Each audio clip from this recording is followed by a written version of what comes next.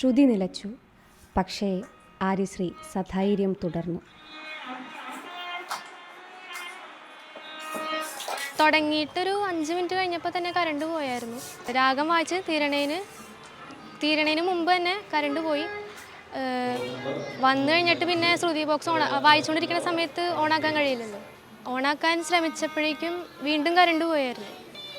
ശ്രുതി already ചേർത്തതുകൊണ്ട് പിന്നെ കുഴപ്പമുണ്ടായില്ല.